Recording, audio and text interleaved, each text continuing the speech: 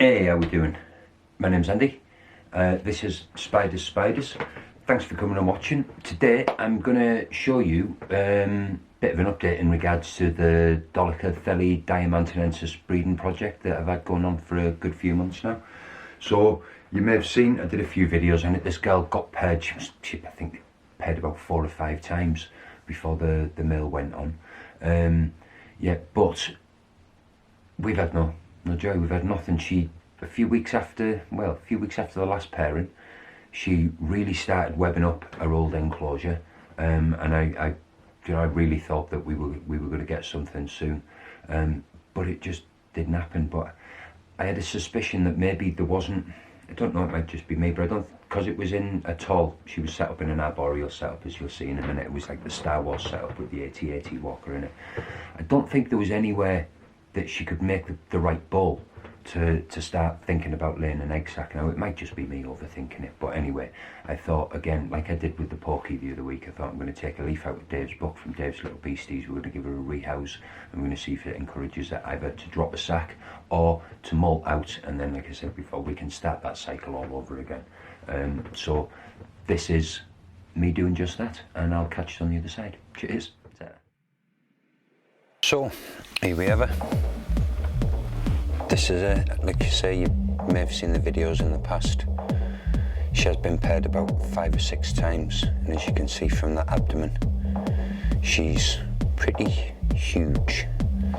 So, about a month after the final pairing, she started webbing up her enclosure. You may remember, during the pairing, she actually lived inside that AT-AT walker model thing, that's the ornament that's in there. But about a month after her final pairing, she moved out and has basically just webbed everywhere. See, she's created like a little funnel down to a water bowl there. So now, the next few minutes is just me basically trying to be as careful as I can in regards to getting her out, because I didn't want to startle her too much. But obviously, like I say, it was time for a change.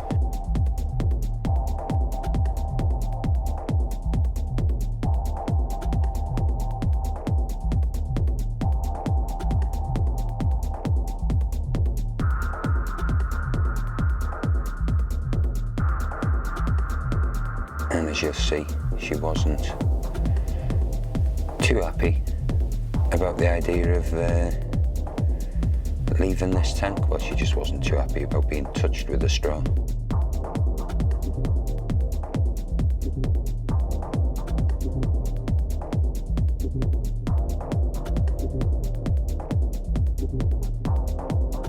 Like I say, I was just gently touching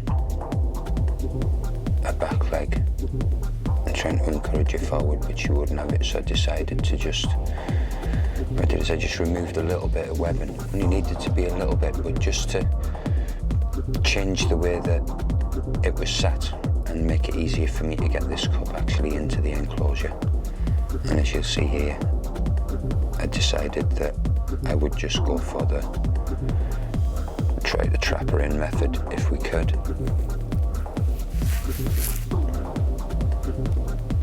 But again, she wasn't too happy about it. There we go.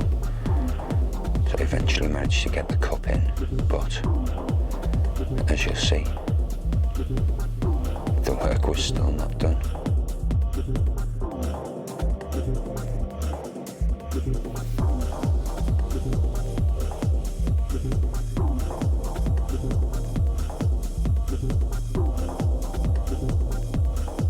Even though she's still only half in, but eventually do manage to get her up and safely out onto the side. And now give you a little close-up look at her. Look at that backside, that's huge. She's got to be gravid.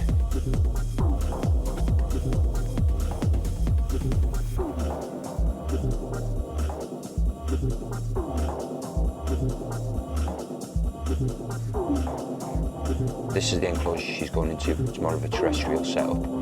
Got some little bits and bobs from a habitat box from the spider shop. including that little like leaf pod type thing, which I thought looked quite cool the way it was shaped, so I'm going to use it as a water ball.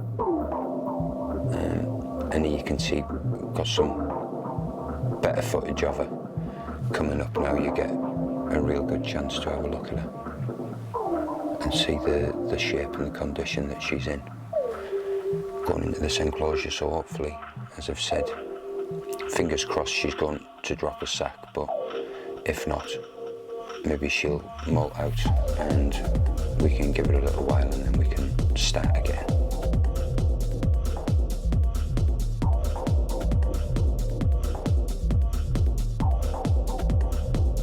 So yeah, you see, after going all the trouble getting her into the cup, she wasn't so keen on coming out either. And again, I didn't want to start prodding her too much with sticks, so it was just a case of waiting and waiting and waiting, and then eventually she only had 2 or 3 legs left inside, and I thought, right, now's the point, we'll just give her a little touch with the skewer, and there we are, she's free. Look at that, absolutely stunning.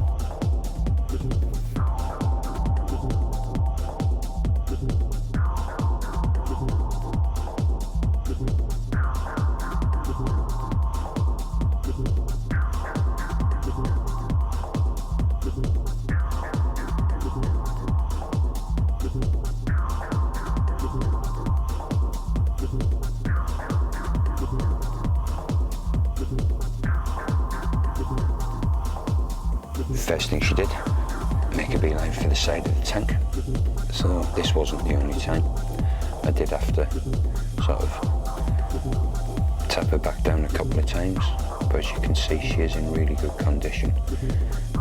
I just hadn't been able to tempt her to drop that sack over the last few months, so like I say, fingers crossed something will happen this time round, or something will happen in this new enclosure.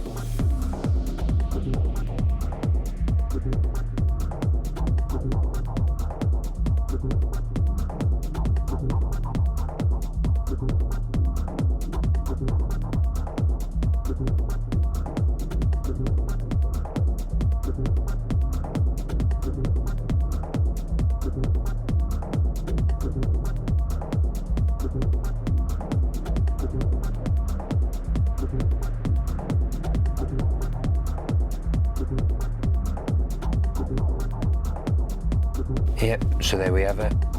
Adult female Dolichothele diamantinensis, hopefully gravid, hopefully going to get an egg sac soon. And the last thing I needed to do really with this build, which I should have done before I put her in, but I never thought about it, or I forgot, was just to drop some of the webbing from her old enclosure into this tank,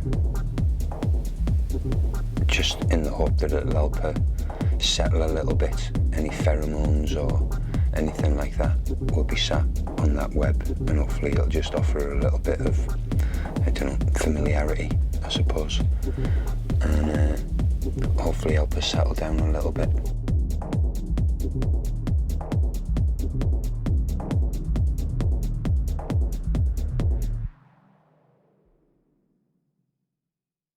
So yeah, here we have it 2 weeks later, and as you can see, she's been quite busy. Again, one way or another, I'm hoping that we're going to get some news pretty soon. Bloody flies floating around. I think that may have something to do with this. The experiment with that pod was a failure. That hasn't flipped over, that's actually closed up. The moisture that was in it has basically swelled it that much that it's sealed back up as a pod, so that's been replaced in a water dish, put back in. But yeah, as you can see, she's still looking absolutely beautiful. So yeah, you can see she has been quite busy since she's gone in there. Like I say, just fingers crossed. I've put her up higher on the shelf and I've cooled her down a little bit before, and now we've put her up high to try and warm her up and just see if it makes a difference. So like I say, fingers crossed we'll have some good news on that at some point soon. Right. I'm going to jump in here because I've got some bad news. I'll show you. This is it.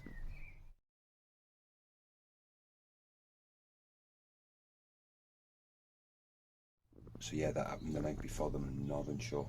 Woke up on the morning and and found her molted, so I was a bit gutted. But like I say, get to go again now. I'll give it a few weeks. But yeah, I'm not. I'll wrap it up here. We'll go back to me. Thank you very much for watching. I hope you've enjoyed what you've seen. If you have, you know, everything's downstairs. Like, subscribe, comment. You know, drop comments. That'd be awesome. I do like engaging with everyone. I always try and make a point of replying to everybody's comments. Like, and I'll catch you all next time. Cheers. Thank you very much. Ta-ra.